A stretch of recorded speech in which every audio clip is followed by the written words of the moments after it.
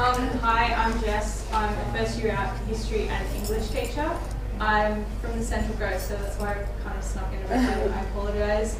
I'm going to talk to you tonight about my teaching superpower and the value of Twitter and my professional learning network. So I love my professional learning network. I'm more confident, supported, inspired, engaged and connected thanks to Twitter. I honestly couldn't imagine teaching and learning without it. Okay, why tweet?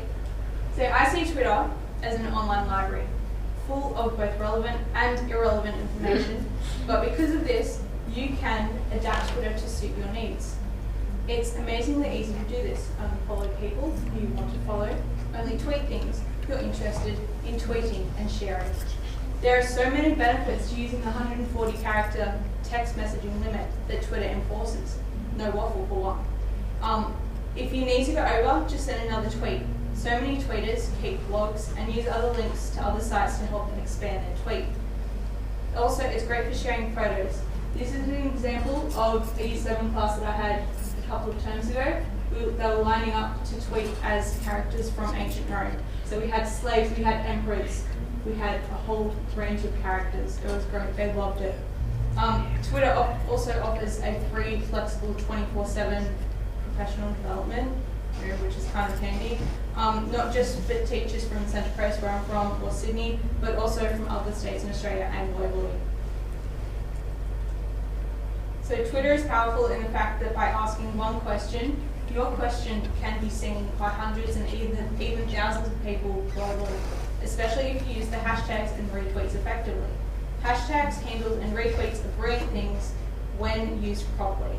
Hashtags will connect you to any other tweeter who uses that tag. For example, Teach Wellbeing Chat, like I've got up there, will link you to all the tweets with this hash.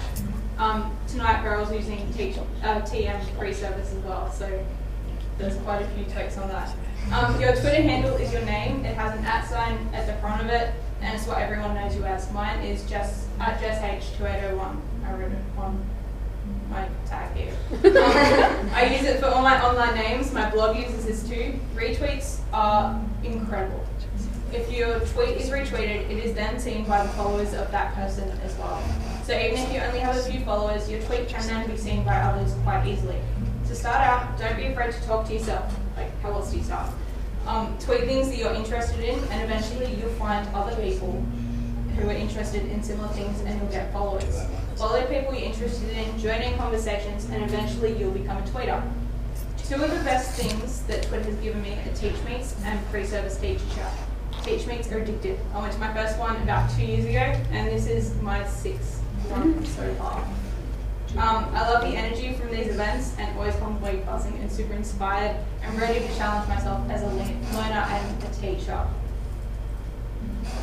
So pre-service teacher chat, or PST chat, is on a Tuesday night, and it's a special chat designed for pre-service teachers to ask questions and gain support from experienced teachers in the Twitterverse. I co-host it with Sally, who's a primary school teacher, and we both love the challenge of hosting for the hour every Tuesday night. The idea that both of us run it together is another example of how Twitter and your professional learning network are bigger and more diverse than anything that you can develop through face-to-face conversations. If you do decide to get Twitter, you'll be surprised at how wonderfully easy it is to use. The most difficult aspect I encountered was finding a Twitter handle or a short name that was small enough, because as tweets are restricted, you are restricted to 140 characters. The shorter it is, the more space you've got to write stuff. That is handy. Do think about what you tweet as well, because it does go out there for the whole world to see, so you have to be careful about that. Give back through collaborating with those teachers who ask questions. Ask for help and share great resources. Join tweet chats, there are plenty. My favourite are Oz English chat on a Tuesday night from 8:30, History Ed chat on Wednesday night from 8:30, and of course the one that I co-host, Free Service Teacher chat on a Tuesday night from 7:30. It's just an hour for Tuesday afternoon. It's great. I hope to see more people come. Don't be afraid to follow other tweeters and grow your own professional learning network. developing, expanding, and constantly changing since 2012, when a tutor at university suggested we get Twitter and connect. I hadn't really thought of it as a useful tool for education before that moment. So it's been one of the best learning tools that I have accessed in the past few years. So why not gain an online PLN? It is the best support network you can get. By taking advantage of the technology we have in the 21st century, my PLN extends globally. I connect weekly with tweeters from New Zealand, and the pre-service teacher chat often gains tweeters from Singapore, the United States, Germany. It just depends who's online at that time. I've asked Twitter tons of questions throughout my uni degree and teaching, and have always found help is given to you, as many tweets as you can possibly give and ask for. For Year 7 history, like when I first had to teach ancient Rome, I'd never taught it before, so I was like, what should I do with this topic on this subject? And I had about 10 people send me different ideas. It was great. Also, bad days at school, because you will have them, especially as a casual teacher. When you've hit the wall programming, when you've had, kids just gang up on you and you go home and you cry. It's amazing how sending a message out to say, I just had the worst day of my professional career so far, and I'm first year out. That has 3 favorites, 3 retweets. That's been retweeted to all of those followers. I got people private message me, people publicly message me saying, what's up? How can we help? It will get better. Do you want to talk through it? Do you want me to call you? Do you want me to email you? You're happy just to tweet? It's brilliant. It's incredible. The support that you get, it's nice to know that it's just there in your pocket.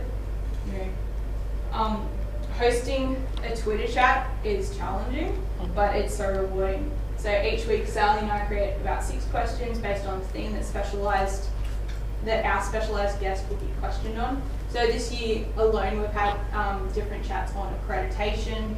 We've had maths chats, we've had science chats, English chats, history chats. We've had stuff on parent engagement and Aboriginal education, GAT students, and so many more. We try to cater for all audiences, so we've got quite a big primary school teacher base, people who will join in. There's a few high school teachers, so I'm hoping that more will come eventually and not leave me so alone. And we ask you guys what you want to hear from the next Twitter chat. So to basically summarize, Twitter allows you to build your PLN, your professional learning network, so that you can belong to more than just your staff room and your community. Let your ever-growing PLN be your teaching superpower. You can challenge your thinking, learning, and keep engaged with a never-ending global wealth of knowledge. And through the support and knowledge base, you can better assist your students you encounter and teach every day.